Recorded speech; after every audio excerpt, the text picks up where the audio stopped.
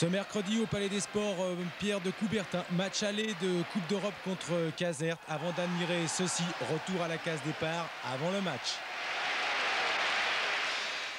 On n'a pas l'impression là ce soir de tirer dans une autre catégorie? Tout à fait, je crois que c'est la catégorie supérieure et je crois que pour tout le monde, à commencer par moi, c'est quand même important, c'est intéressant. Disons que dans une carrière, c'est un moment privilégié et je crois qu'il faut qu'on en ait tous conscience. C'est un peu d'ailleurs l'axe de mon discours dans les vestiaires, en disant écoutez, des moments comme ça, vous en vivrez peut-être pas beaucoup dans une carrière, donc profitez-en. Et je crois que c'est le moment de donner le meilleur de vous-même parce que vraisemblablement, les choses peuvent arriver, mais il faudra peut-être attendre un certain moment avant que ça se reproduise. Donc profitons-en puisqu'elles sont là. Qui se sacrifie sur Oscar Schmidt? Bien, on va commencer ce soir par Yves Herrette, qui est un petit pour l'obliger à venir à l'intérieur. Dès qu'il viendra à l'intérieur, à ce moment-là, je pense que Claude prendra le relais. Et avec Jean-Philippe, pourquoi pas.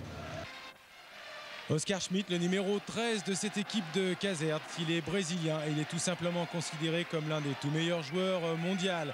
L'équipe de Montpellier pour débuter cette partie, numéro 4 Ruiz, numéro 5 André Spencer, numéro 10 Apollo Faye, numéro 11 Herrette qui aura la lourde charge donc de marquer Oscar Schmidt, et numéro 15 Tony Kostner, et ça partait plutôt bien pour les Montpelliérains même s'ils étaient menés rapidement 4-0 grâce notamment à Spencer.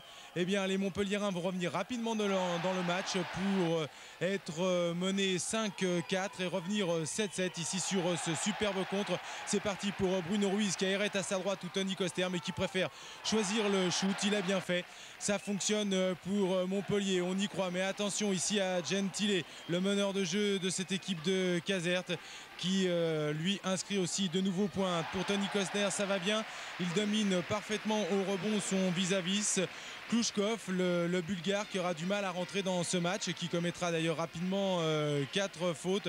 Mais les Italiens par Del Agnello, par Esposito le numéro 6 et donc par ce Bulgare Klushkov donneront du fil à retordre aux Montpelliérains dans les premières minutes de la partie. Ruiz, de nouveaux points, ça va bien.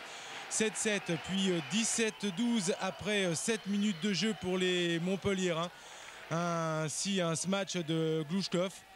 Ruiz pour Spencer, c'est superbe. Herrette à 3 points, on rétablit l'équilibre. 20-16, on joue depuis 8 minutes. Dédé Spencer dans ses œuvres, ça passe ou ça casse, ça passe main droite, main gauche.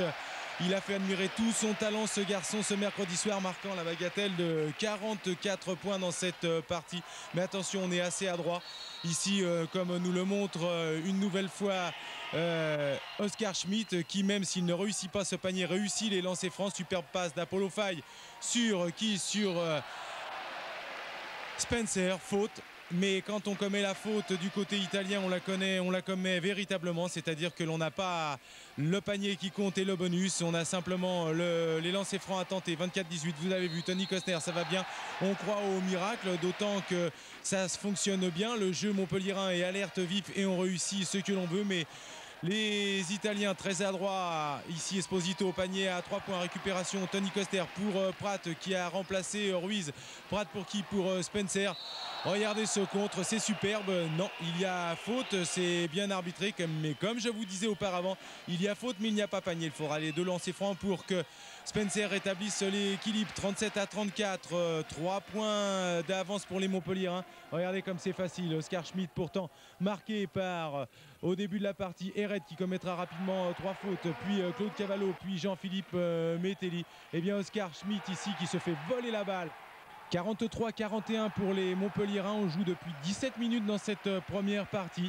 C'est serré, 2 points d'écart, mais rapidement les Montpelliérains vont continuer à creuser l'écart. Ici Ruiz pour qui? Eh bien pour Spencer, 3 nouveaux points. Ça fonctionne, 48-43, superbe passe de Spencer pour Ruiz qui se blesse sur cette action mais sans gravité. 50-43 à 28 secondes de la fin, mais malheureusement du côté de la table de marque on va un petit peu cafouiller. Les Montpelliérains vont perdre pied dans cette fin de première mi-temps, puisque vous allez le suivre ici, et bien sur le ballon dans les mains des Montpelliérains pour Ruiz, menant 50-43 donc à 28 secondes de la fin. Ils vont revenir, ces joueurs de Caserte, ces Italiens, à 50-49 à un petit point, suite bien à quelques erreurs commises par les Montpelliérains. On le suit. Cosner pour Spencer, Spencer pour Ruiz, c'est bien vu, on gère très bien cette fin de partie. Cosner qui force un petit peu le shoot, balle récupération par Apollo Faye, il reste 4 secondes, on n'a qu'à faire tourner pour Cavallo. Apollo Faye, il ne faut pas shooter, mais si on tente le shoot, récupération pour qui? Eh bien pour les Italiens qui vont relancer très vite dans les 4 dernières secondes. Faute ici de Claude Cavallo, le panier sera accordé. Et 50 donc 49 à la mi-temps, 16 fautes pour les Montpelliérains et 9 seulement pour l'équipe de Caserte. Petite cause, gros effet, on en reparlera en fin de partie. Deuxième mi-temps, c'est parti avec beaucoup de maladresse. Les Montpelliérains vont perdre le match ici dans ce début de deuxième mi-temps avec beaucoup de chance. Récupération du pivot de Caserte qui a un petit peu poussé Apollo Faye. Et toujours Oscar Schmidt qui lui aussi marque à 3 points. 50-56 après une minute de jeu. Et oui, monsieur Georges Frêche, ça va être difficile pour vos couleurs. D'autant qu'Oscar Schmidt continue son festival. 53-56, puis 60-66 à la 26e minute. Festival Tony Cosner sous les panneaux qui profite de l'absence depuis la 30e minute. 69-77 de son vis-à-vis, le Bulgare Glouchkov, sorti pour 5 fautes. Tony Cosner va réussir lui aussi un véritable festival sous les panneaux, permettant aux Montpelliérains de revenir au score. 73-78, 81-87 à 4 minutes de la fin. Récupération ici, regardez si on se bat, si la partie est acharnée, car on y croit du côté montpelliérain, grâce à cette récupération de Claude Cavallo. Pour qui? Pour toujours Dédé Spencer. Super ce match, mais c'est sans compter sur ces joueurs de Caserte au métier consommé qui force Tony Cosner ici à commettre sa 5e faute. C'est très mal arbitré, car là il y avait un superbe contre. L'arbitrage, on peut en parler, il n'était pas au niveau de la partie. 92-94, on est à 2 points du côté montpelliérain. Mais ici on réussit presque le chaos avec ce panier à 3 points des 8 mètres et 8 mètres. Mais Claude Cavallo, dans un sursaut d'orgueil, va lui aussi réussir un panier à 3 points. Il reste 2 secondes à jouer, 2 points d'écart. André Spencer, c'est réussi, non, c'est raté. 97-95, 2 points d'écart.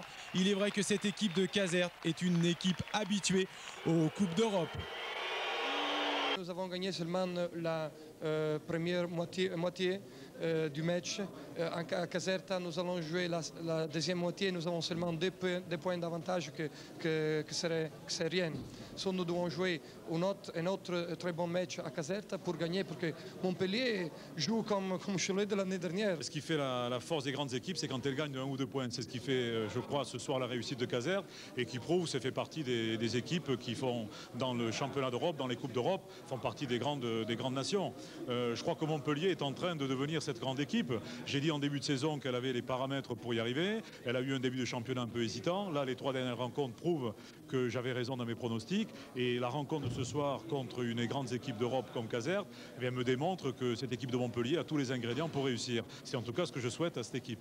Bon, c'est dommage que ça se finisse à 2 points.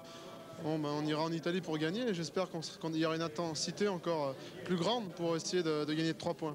L'équipe de Montpellier à l'heure actuelle est loin d'être tout à fait mature pour arriver à tenir ce genre de confrontation. Mais enfin, quand même, je pense qu'avec un peu plus de sérieux, disons, de réussite, disons, parce que le sérieux, je pense qu'il y était, un tout petit peu plus de discipline à certains moments, ça ferait du bien encore. Je crois que l'équipe n'a pas tout à fait compris que c'est quand même à 5 qu'on gagne un match, c'est à 5 qu'on le défend aussi. Donc il faut savoir gérer un score, il faut savoir gérer une partie de la première à la dernière minute et, ma foi, pas trop vouloir à tout prix faire des exploits individuels, parce que dans ce cas-là, on n'en sort pas.